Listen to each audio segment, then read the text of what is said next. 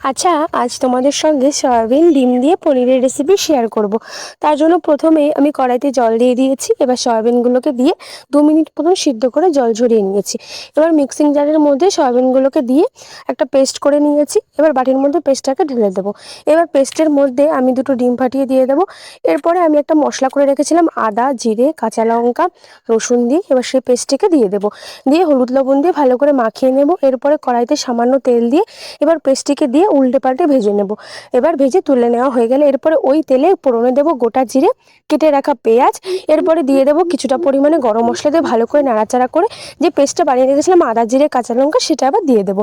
দিয়ে ভালো করে কষিয়ে নেব। এরপরে দিয়ে দেবো আমি কুচিয়ে রাখা টমেটো, দিয়ে ভালো করে কষিয়ে নেব। এরপরে দিয়ে দেবো হলুদ আর লবণ দিয়ে ভালো করে কষিয়ে নিয়ে পরিমাণ মতো জল দিয়ে দেবো। জলটা ফুটে এলে এরপরে ভাপিয়ে রাখা এবার সয়াবিন ডিমের পনিরটাকে দিয়ে ভালো করে নাড়িয়ে নিয়ে নামানোর আগে গরম মশলা দিলেই তৈরি আমাদের সয়াবিন ডিমের পনির রেসিপি। খেতে খুব ভালো হয়, তোমরা একবার বাড়িতে বানিয়ে অবশ্যই ট্রাই করে দেবে।